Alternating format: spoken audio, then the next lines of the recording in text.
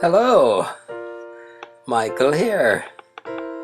And for our meditation today, we're cognizant of this special season of the year. And before I get into it, I would just like to read a couple of verses from John chapter 3, starting at verse 16. For God so loved the world that he gave his only Son, that whoever believes in him should not perish, but have eternal life. For God did not send his Son into the world to condemn the world, but in order that the world might be saved through him.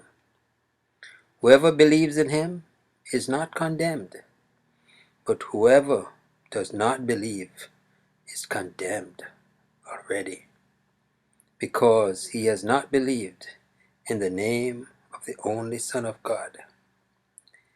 And this is the judgment. And so somebody once wrote, people of little religion are always noisy. He who has not the love of God and man filling his heart is like an empty wagon coming violently down a hill. It makes a great noise because there's nothing in it.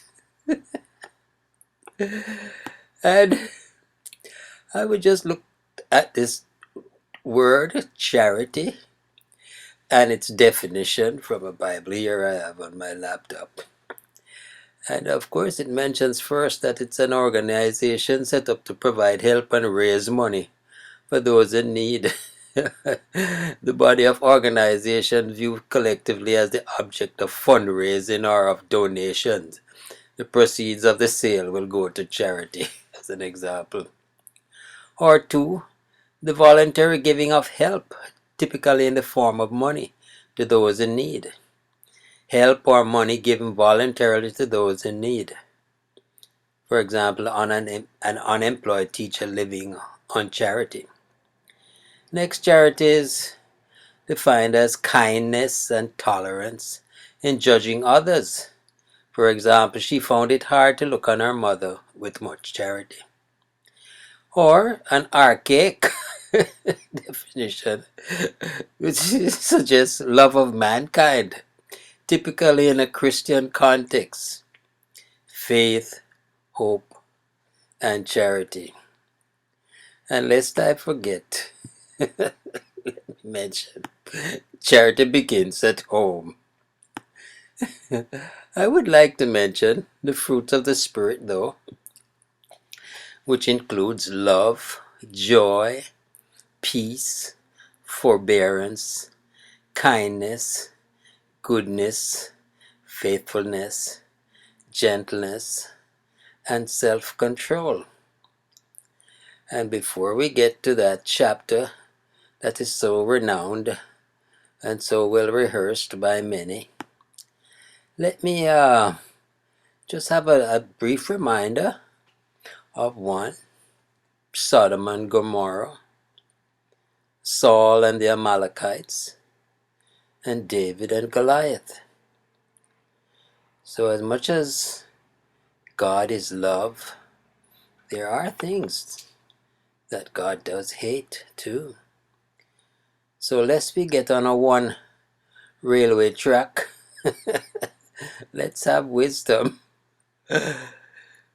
Nonetheless, let's look at this sublime chapter from 1 Corinthians 13.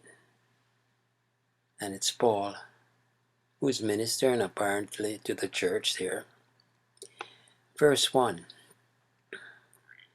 Though I speak with the tongues of men and angels, and have not charity, I am become a sounding brass, or a tinkling cymbal. And though I have the gift of prophecy, and understand all mysteries, and all knowledge, and though I have all faith, so that I could remove mountains, and have not charity, I am nothing. And though I bestow all my goods to feed the poor, and though I give my body to be burned, and have not charity, it profit me nothing. Charity suffereth long, and is kind. Charity envieth not. Charity vaunteth not itself, is not puffed up, doth not behave itself unseemly, seeketh not her own, is not easily provoked, thinketh no evil, rejoiceth not in iniquity, but rejoiceth in the truth, beareth all things, believeth all things, hopeth all things, endureth all things. Charity never faileth, but whether there be prophecies, they shall fear. Whether there be tongues, they shall cease. Whether there be knowledge, it shall vanish away. For we know in part, and we prophesy in part.